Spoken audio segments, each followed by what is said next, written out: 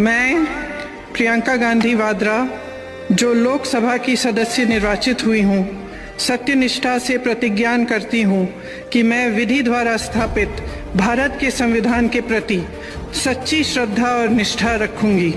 मैं भारत की प्रभुता और अखंडता अक्षुण्ण रखूंगी तथा जिस पद को मैं ग्रहण करने वाली हूँ उसके कर्तव्यों का श्रद्धापूर्वक निर्वहन करूंगी। जय हिंद।